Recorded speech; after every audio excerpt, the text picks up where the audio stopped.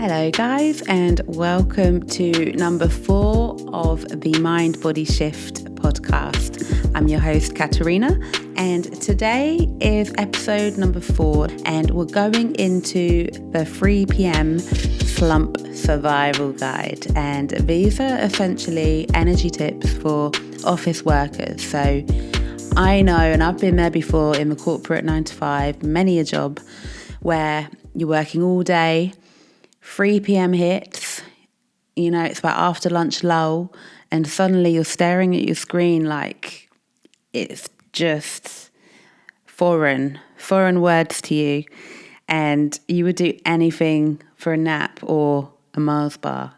So I've been there, and that is the infamous afternoon slump. So today I'm going to show you how to beat it without living off coffee or reaching for sugary snacks that are just going to make the slump a whole lot worse. But I do completely understand, it's that horrible, heavy feeling where sometimes you can't even keep your eyes open and it just hits you. And that is usually where, I used to turn for coffee sometimes, or like I say, a sugary snack, and it just made it worse. And it didn't help me when striving for my health and fitness goals. So, I can completely relate. And it also translates into after work as well. You have no energy for your workouts. You're craving more snacks, and it's harder to stick to the fat loss goals, like I mentioned. And it just feels like an endless cycle of fatigue and frustration. So you might be wondering, or might even know, why this afternoon slump even happens. And it's down to a few reasons, really. I mean, the main one is the blood sugar dip after lunch. So most of office workers, they look forward to their lunch. So they're going to have something that they enjoy. And that's going to be carbs, mainly. So you're looking at sandwiches, pasta, rice, wraps, crisps, anything carby, they're going to be eating it most of the time. And they don't really tend to have enough protein or fiber along with those carbs for lunch. So that's when this crash is going to be happening at 3 p.m. It hits you after that blood sugar drop. And then that will create tiredness, brain fog, cravings for sugar, and also for caffeine, like I mentioned. So, it's a bit like throwing paper on a fire. It burns hot and bright, but it dies fast. That is like unsustainable energy, which is not going to see you through the afternoon without you feeling like them slumps. So, that's the main reason then for the slump in the afternoon. But another reason could be your natural circadian rhythm dip. So it's quite funny. We're kind of fighting biology here. So it might not just be you feeling lazy, because between the hours of 1 and 3 p.m, our bodies naturally feel like less alert in general. And in some countries, that's when they have siestas. And our bodies are kind of created to be put into that mode of just relaxing at that time.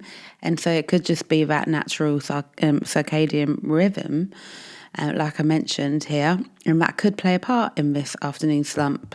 So another reason why this slump may exist is poor hydration. So even slight dehydration, like 1 to 2% of body weight equivalent, can cause tiredness and brain fog. So a good idea really is to kind of front load your liquids, or your water essentially. So make sure you're drinking plenty of water in the morning. Even if you're going to the toilet that little bit more, it's not a bad thing, because it gets you up and away from your desk for a few minutes. Do drink water, and that will really help just before, especially if you're going to be reaching for a hot drink, then it's better to get some water as well before. And you might not be tired, you might just be thirsty, which, to be fair, is a much easier problem to fix. So do remember, always keep water by your desk. I'm sure a lot of you do anyway. But water is life. And another reason why the slump might happen is just sedentary fatigue. Sitting still, you've got reduced blood flow and oxygen to the brain, and it just makes us feel sluggish. The delivery of oxygen is slow around our body, and it's going to happen to all of us if we're just sat there for hours on end, not moving. It's not nice. Your body's basically in hibernation mode while you're in back-to-back meetings, or you're trying to reply to emails or get work done, and it makes it tough to stay alert and awake, So I've come up with a few quick fixes that can help you to overcome this afternoon slump. So the first one I've already mentioned, actually. It's water first, coffee second. So have a big glass of water or a big bottle by your desk, and drink 1 glass of water's worth of water before you reach for that coffee. And you might perk up a bit without back crash later on. But if you do have coffee, try and stick to having it before 2 p.m. to protect your sleep quality later on.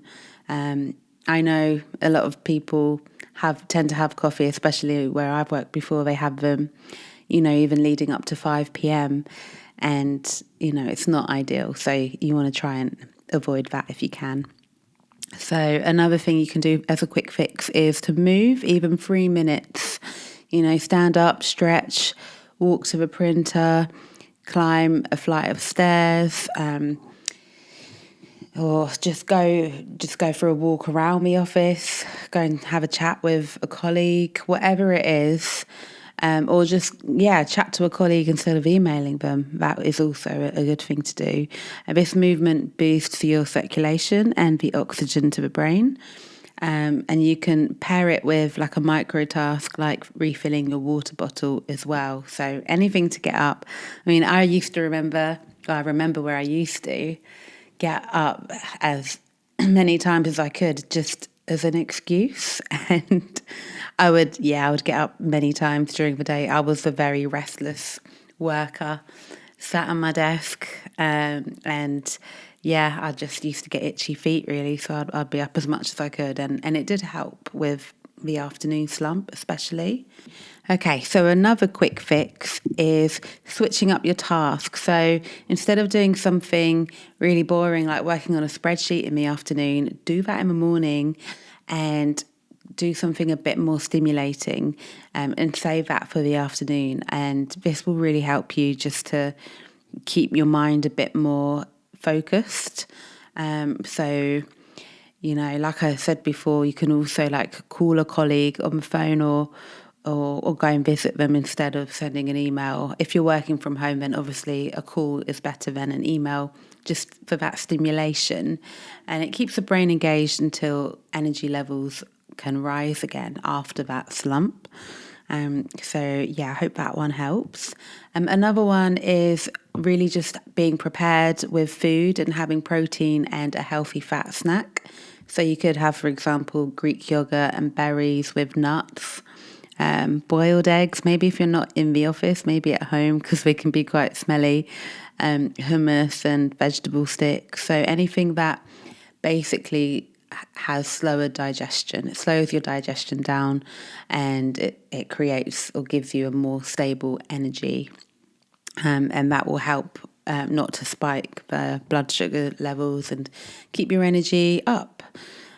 So another one is to step outside if you can, get some natural light, because it signals to your brain to stay alert.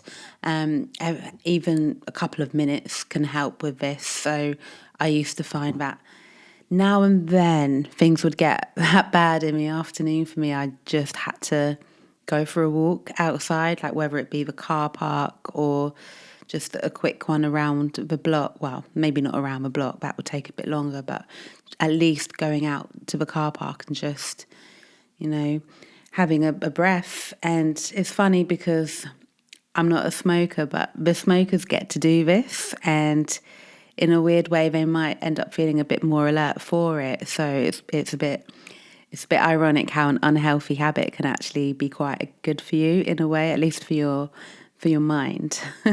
And they usually tend to have a chat whilst we're out there, so they're a bit more stimulated as well. I just think that's quite funny. So the next one is a deep breathing reset. So you can try a breathing method like the 4-4-4 method. So that's just where you inhale for 4 seconds, you hold it for 4 seconds, and you exhale it for 4 to re-oxygenate and de-stress. So deep breathing isn't for everyone, but it's actually really nice just to do it. So I'll do it now with you. So we're going to breathe in for 4. Hold it for 4. And exhale for 4.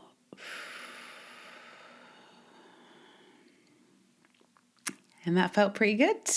Can't lie. So yeah, just getting that oxygen into the brain really, really helps. The next one is having a mini shakeout break. This does sound a bit cringe, but basically you can stand up. You don't have to do all this while standing, but at least at your desk, you can roll your shoulders, shake your arms and legs, and just wake up your nervous system literally, and it does help. I also like to do a few neck exercises at my desk, especially in the afternoon when I feel like I just need it. I check my posture at the same time and do a few spinal kind of twists, like very gently, and that really helps as well, just to wake up your body a little bit. You can also play an energizing song, which should instantly lift your mood. So if you've got headphones, then put them on and be a bit antisocial for a few minutes if you're in the office. Or if you're at home, you can blare your music as loud as you want. So yeah, just do that. Have a little dance around your living room or your office, and that should definitely help. So yeah, they were quick fixes, but I've got 10 actually long-term preventions for the slump as well. So I'll get into these quickly. So the first one is a better lunch strategy. So like I mentioned with the snack before, just having a balanced meal with protein, fibre and slow carbs. That's going to really, really help you to overcome that slump in the afternoon. So number 2 is a midday movement habit. So this is walking after lunch, even if it's just to the end of the street and back. Just getting that walk in after your lunch can really, really help. I remember I used to either walk before my lunch to get my lunch from Tesco's, like a meal deal, and come back and then sit and eat and then go straight to my desk. But most of the time I would bring my own lunch in. I'd sit and eat it first in the lunch bit in the office, and then I'd go for a walk. And I always felt better when I went for the walk after lunch. So this is why I put this one in. So make that a habit. If you can, bring your lunch with you, sit and eat that first, wherever it is, preferably like definitely not at your desk, somewhere else, and then go for a walk after. And you're going to feel much better for it when you come back to your desk. Okay, another one, long-term thinking here, strength training during the week. So at least 2 to 3 sessions is really going to help you boost your energy regulation and reduces fatigue patterns every day. So making sure you're pumping that muscle, working your whole body 2 to 3 times a week. You can either do a split, as in like leg day, upper body day, or you can do full body workouts. So the next one is a mindset reset. So this is just essentially stopping labeling yourself as negative things such as lazy. You just change the habits and change up your energy, like the way you see yourself, the way you feel within yourself as well, and this will make a big difference. Number 5, cut the sugar lunch trap. So avoid liquid desserts at lunch. Like what I mean by that is like a sweet coffee. Like I love a iced latte with a meal deal. I used to anyway, but I then switched to water instead, which is way better to prevent the afternoon slump. Also avoiding like lunch desserts if you can, rather than, let's say you're going for a meal deal, have some fruit or yogurt. I know it sounds boring, but once you've had it, and it's not like you're not going to think about it too much after. And then if you are going to go for like a hot drink, if you want to reach for that coffee, try and reach for like a tea instead with a bit of milk, or a herbal tea ideally. But if you want to go for a normal tea, then have a bit of milk in there. That should suffice instead of coffee in the afternoon as well. Okay, so the next one, number 6, is better sleep hygiene. So go to bed at a consistent time every night. This is a really simple one. Try not to doom scroll before bed, especially, if you are going to be doing it, try and get the blue light blockers, or at least an app on your phone that blocks out that blue light, because that's going to really, really affect your sleep. So number 7 is front load the water intake in the morning, so you're not playing catch up in the afternoon. So this is just making sure you've got enough hydration in your body so that you're not really dehydrated in the afternoon. So like I said earlier, keep a bottle or glass like topped up at your desk, and just keep drinking it. Even if you have to go to the loo more, like that's just getting up more and shaking up your energy a bit more. So it's all good stuff here. Even if you have to go to the toilet like 5 times of a morning, like just do it. Make a joke of it with your colleagues, and just get it done. Drink that water. Number 8 is protein at breakfast. So starting your day with protein really sets a good stable blood sugar foundation, and it delays that first crash. So you want to be aiming for at least 20 to 25, even 30 grams of protein is really, really good in the morning. That's a great foundation set to start your day and just get you on a really good way. So really do try your best with protein at breakfast. Number 9 is a posture check, which is what I feel I have to do right now. So slouch sitting compresses your diaphragm, and it creates shallow breathing, which creates then more fatigue. So you want to keep your rib cage lifted, keep your shoulders relaxed, and your chest fairly proud, okay? Just check your posture, and that will help. And that is, throughout your working day. And then number 10 is create some mini breaks, or micro breaks. So this is like every 45 to 60 minutes. Take 1 or 2 minutes to move around. This really prevents the buildup of sedentary sluggishness, and just really helps. Go and, like I said earlier, go and chat to a colleague. You can take a walk to the printer. If you've got stairs in the office, go to another floor if you can. Anything that gets you up and moving for a couple of minutes will really, really help. So that's really it, really. I hope these have all helped you. I think a lot of people struggle with the afternoon slump and just feeling a bit crappy in the afternoon, and you're just done for the day.